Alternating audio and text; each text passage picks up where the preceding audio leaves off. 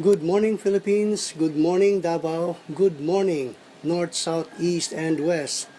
This is Gilbert Lopez Martije Catso. For the headlines,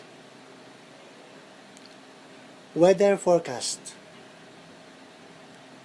Davao region and Soxargen will have cloudy skies and scattered rain showers and thunderstorms. Local news. 2.5 million illegal drugs seized. 2 suspects nabbed. DSWD-11 launches program Solo for solo parents in Davao City. Parada. Participants advised not to throw candies during parade. PSSO. No direct threat in Davao City for Araw. National news. PEZA approves 14.951 billion investment from January to March. Marcos signs into law the new Philippine Passport Act.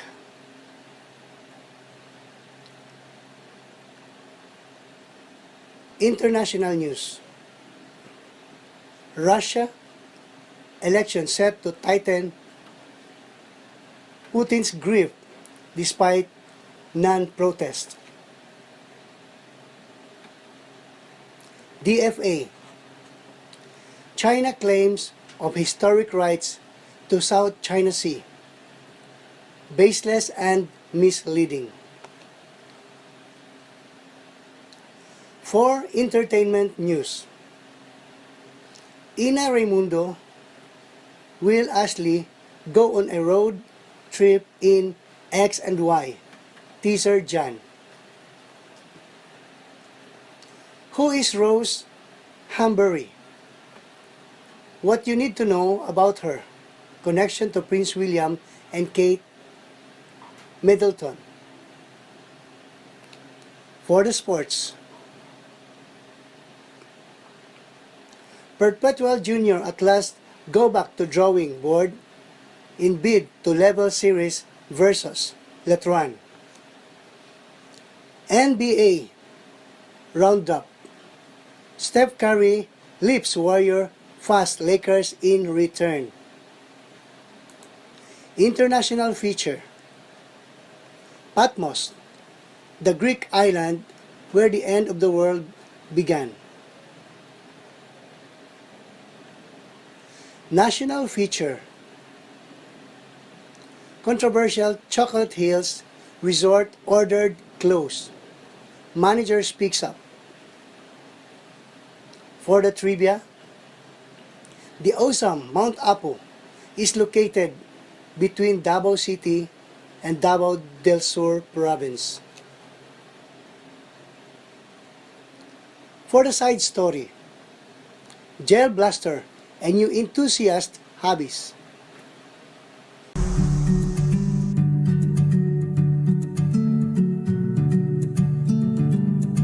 Weather forecast. Mindanao will have partly cloudy to cloudy skies with isolated rain shower or thunderstorm due to easterlies, localized thunderstorm. Light to moderate winds from northeast to north prevail on the eastern section of Mindanao with slight to moderate seas 0.6 to 2.5 meters. Elsewhere, light to moderate winds from northeast to east with slight to moderate seas 0.6 to 2.5 meters.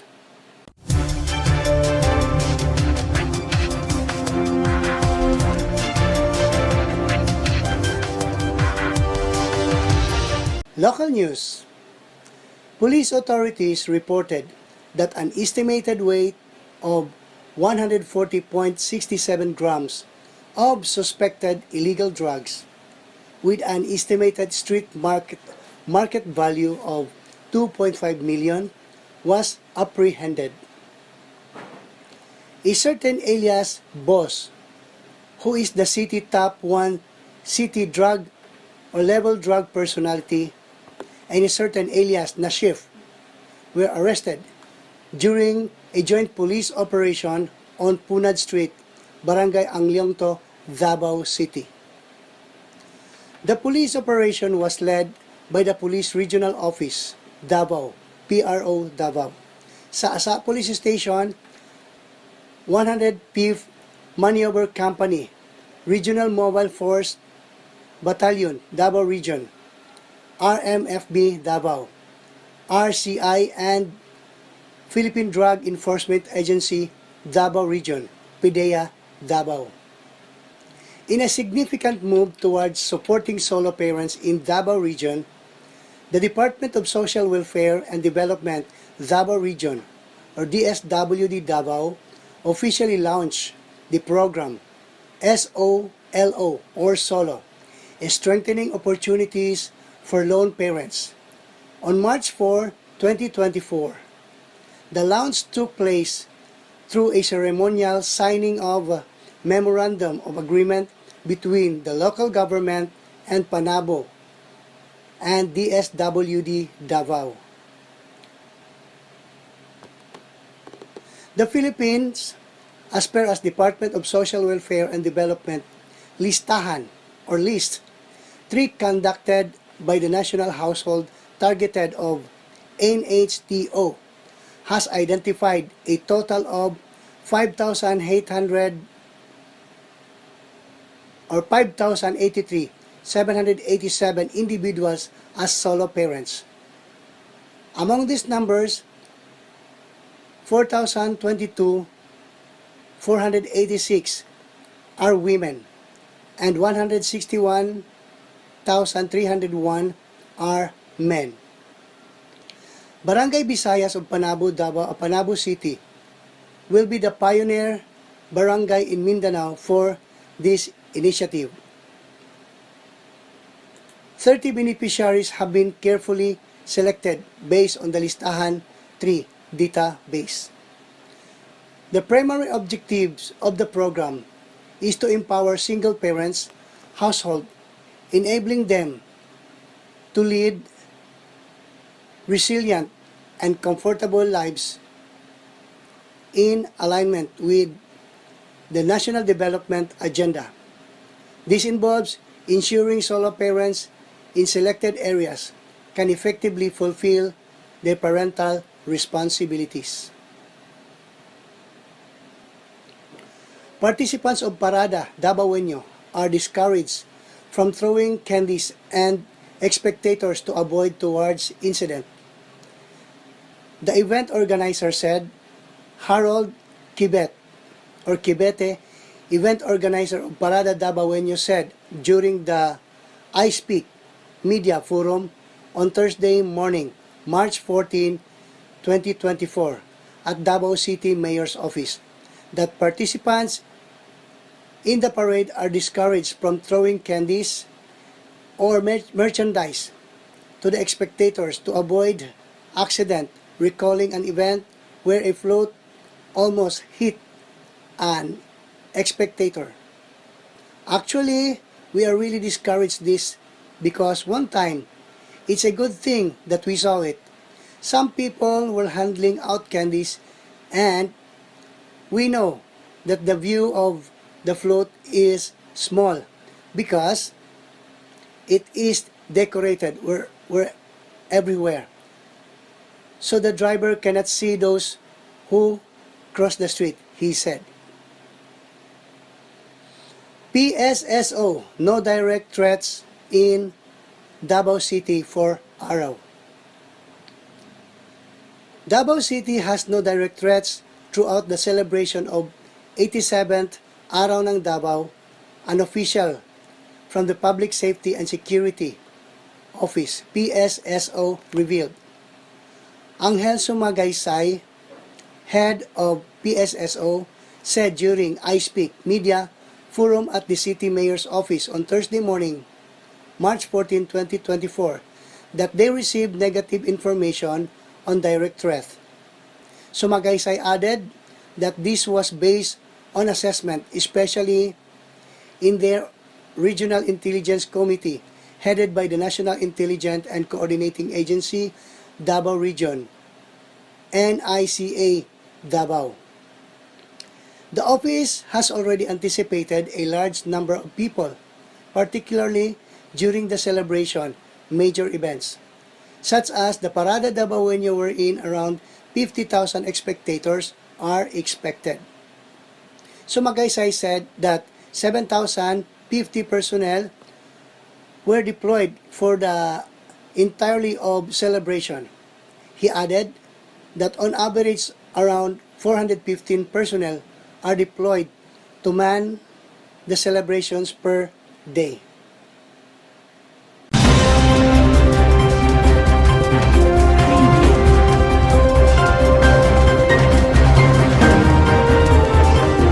National news. The Philippine Economic Zone Authority, PEZA, has approved a total of 14,951 worth of investment in the first quarter of 2024.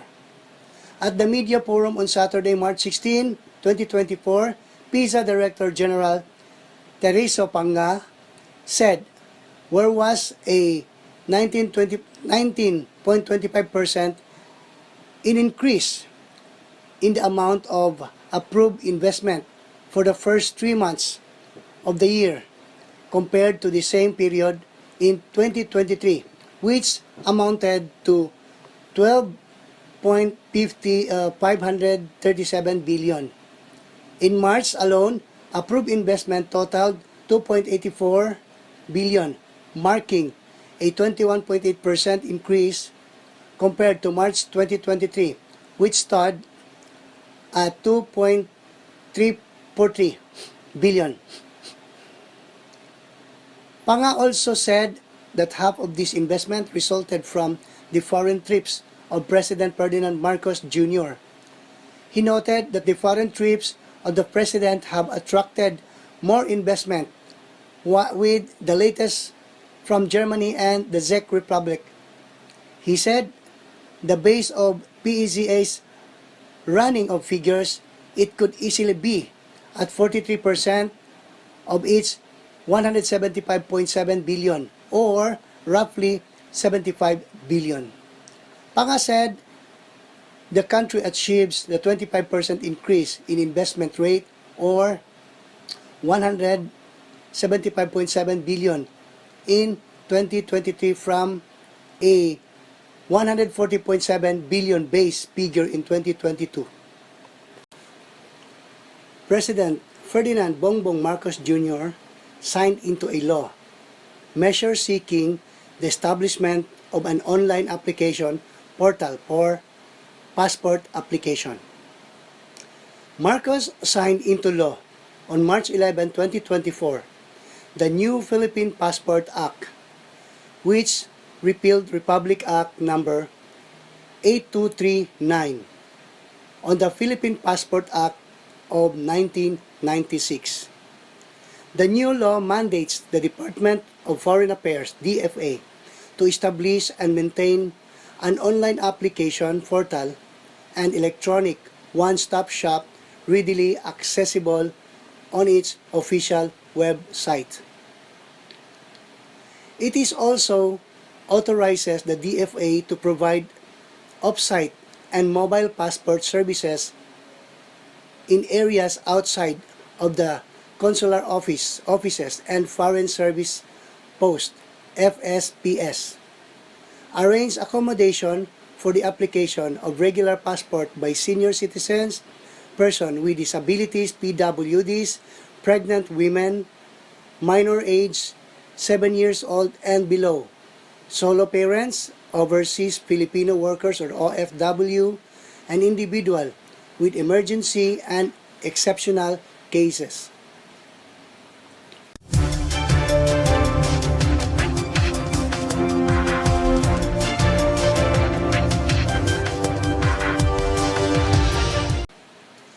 International news. Moscow.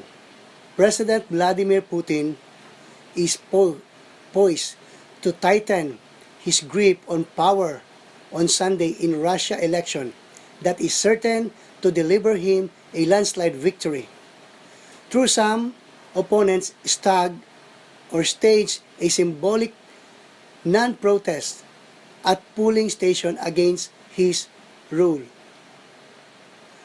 Putin, who rose to power in 1999, is poised to win a new 6-year term that, if he completes it, would enable him to overtake Joseph Stalin and become Russia's longest-serving leader for more than 200 years. The election comes just over 2 years since Putin triggered the deadliest European conflict since World War II by ordering the invasion of Ukraine. He cast it as a special military operation. War has hung over the 3-day election. Ukraine has repeatedly attacked oil refineries in Russia, shelled Russia region, and sought to pierce Russian borders with proxy forces. A move Putin said would not be taken unpunished. While Putin's re-election is not in doubt given his control over Russia and the absence of any real challenger, the former KGB spy wants to show that he has the overwhelming support of Russian voting ends at 18,000 GMT on Sunday. The Department of Foreign Affairs on Sunday responded to China's assertion of historic rights in the South China Sea, calling its claims baseless and misleading. Last Thursday, Chinese Foreign Minister spokesperson Wang Wenbin asserted China's historic right in what it calls Nanhai Shudao, or South China Sea Island. China has internal waters, territorial sea, and contiguous zone based on Nanhai Shudao. China has exclusive economic zone and continent shelf based on a Nanhai Shudao. And China has historic rights in the South China Sea, he said. The above positions are consistent with relevant international law and practice. As early as in 1948, the Chinese government officially released the dotted line, which has been upheld by successive Chinese governments, Wang added. In a statement, DFA spokesperson Teresita Daza called this claim baseless and misleading.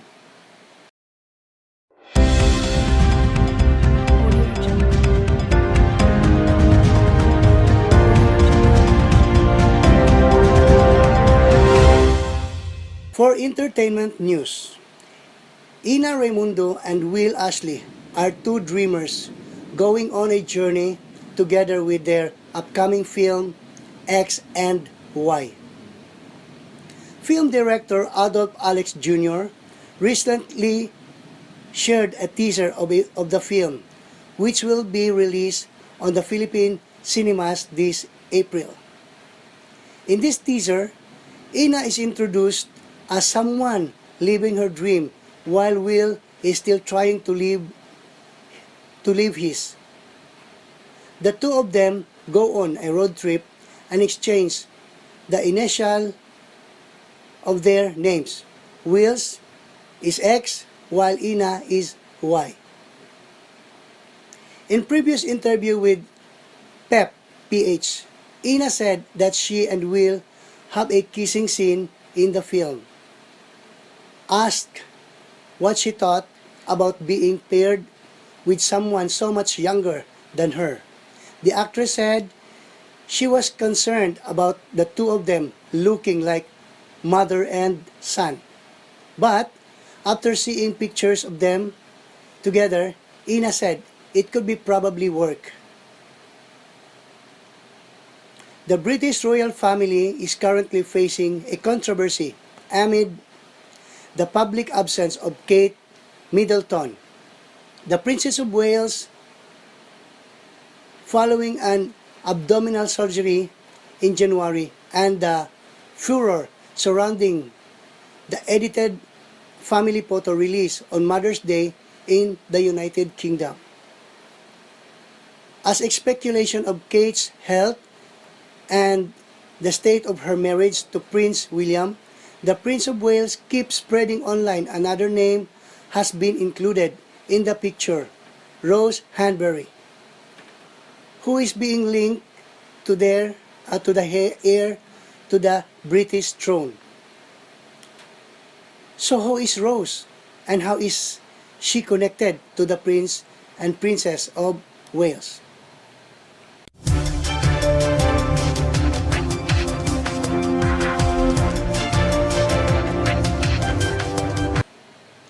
For the sports news, University of Perpetual Health System, Delta, head coach Joe Cleopas offered no excuses after the Game 1 loss to Colegio de San Juan de Letran in the NCAA Season 94 and 99 Juniors basketball final on Saturday. If anything, the rookie tactician said what they must do right now is just head back to training and hope to pull off an equalizer come to Game 2, 3 and days from now.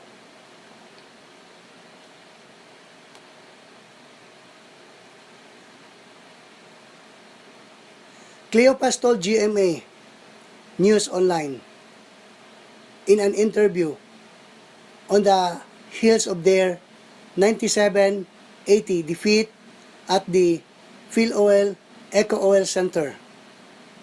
I told them we will just go back to the drawing board and see how we played today and work out where we fell short and hopefully bounce back in Game 2.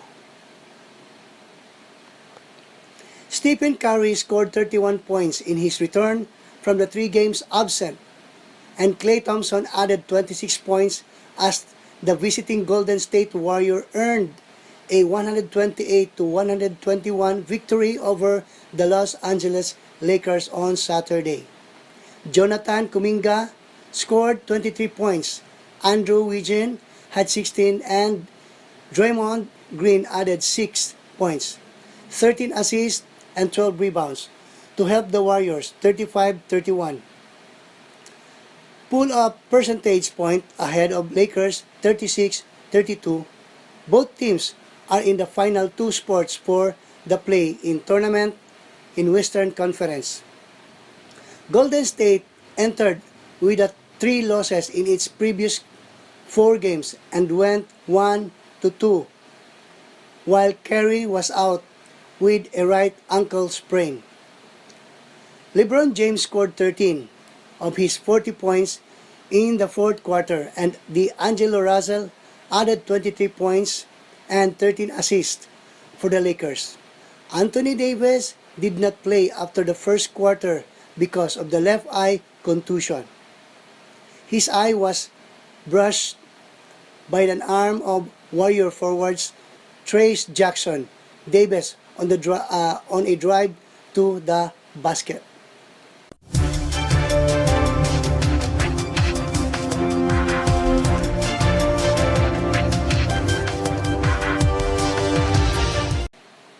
International feature. The island of Patmos, sitting under perfect blue skies in the eastern reaches of the Aegean Sea, may look like a typical vacation destination in Greece, but it isn't. It's where the end of the world began. Not that you guessed that. Strolling down the winding path in the center of the island, where a sleepy priest stands, a souvenir stood. Yet, this is a place from where infernal vision of mankind, ultimate downfall sprang, inspiring Saint John to write the book of Revelation, which forms the closing pages of the New Testament and gave the Bible some of its most potentious descriptions. Or here, the Greek Orthodox Chapel of Saint Anne, constructed in the early 17th century, completely enclosed the cave where John is said to have seen vision that he interpreted as the final judgment. For the local features, a resort located at Barangay Libertad Norte in Sagbayan, Bohol, called Captain's Peak Garden and Resort, has caused a debate on social media recently, with many saying it is destroying the beauty of nature, especially the iconic Chocolate Hills. Following this, the authorities said they have ordered a temporary closure of the resort. According to the latest episode of Kapuso Mo Jessica Soho, staff of the Department of Environment and Natural Resources, Bohol, have already put up a sign confirming the temporary closure. The resort manager, Julieta Sablas, explained that they were given approval for the construction of the commercial area. Sa lahat po ng mga nag-comment na negative po, sabihin ko sa inyo, salamat. Nag-trending ang Captain's Peak Resort. Ang sakit sasabihin ko na, bakit giniba yung mga Chocolate Hills dyan sa Bohol? Wala naman kaming giniba. Side stories. Gel blasters, a new enthusiast hobbyist. Let's watch. Nag-refill sila. Sige po. Bago lang sila naman mga igala na sa ilahan ko. Sana siguro kasi gwapo po utan na to. Kasi pinakagwapo daw mo among pangutan. Sikit. Akit daw dinikit. Kani na si Sir Rock kay mo ni among leader. Among leader na mo. Leader. Sa person mo ginabuhat karon? Refill. Refill. Tubig mo lagi na. Dili katong kuan, katong gel. Katong toilet gel, no? Diyan ay ang magazine, So, diba? Amazing ka ang sir, ang tawag sa mga unit, sir? Suge AR-15 na gel blaster. Oy, sakit. Katong isa, kini. ERP9 sir. ERP9. Wow. Kana, sir? Manit tong galil sir ginagamit ka pon sa PNP or sa mga sundalo. Type niya ang mga pang-sundalo niya sa Sundalo. Anyway, sir, okay ra may bawaan pila kay kantidad ana? Ito. Kaning unit alone sir is 7.5. Uy, barato ra. Barato na sir, then upgradable din. So na siya mga pwedeng na siya i-build i-upgrade na. accessories. Ayan. Paspas pa ng tira para sa ni. Wow, impressed. Kalabito na si Kuan, si Pulis. Kakalabito na si Pulis, no? Cream. Nakita na mo, kagayon nga, pwede din magdula, kamukha mo lang, no? Yes sir. Pero unsa naman good me diri? Regulars. Wow. So, bisan bilin lang mini Sir Al. Okay. Imagine ko dahil. 1, 2, 3, go!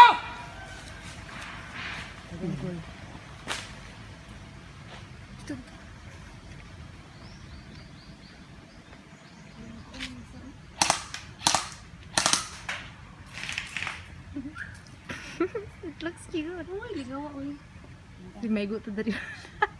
Hilak yun ko. Cute good. Isa day kayo marag kansa din.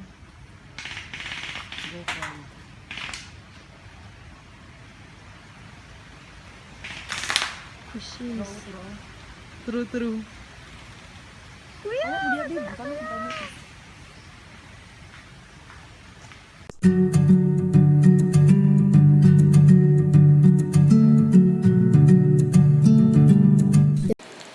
And for the trivia, Mount Apo, also known as locally as Apu Sandawa, is a large sulfuric dormant stratovolcano on the islands of Mindanao, Philippines.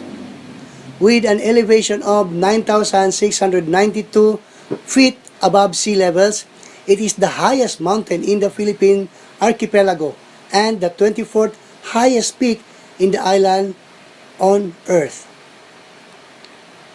Mount Apo National Park, established in 1936, it is the home of the rare Philippine eagle and features numerous peaks and valleys. That's all for today's news. Please like, share, subscribe, and click the bell button for the updates of Pinoy Rab News Channel. This is Gilbert Lopez Martí Cacho, your host. Thank you and good day.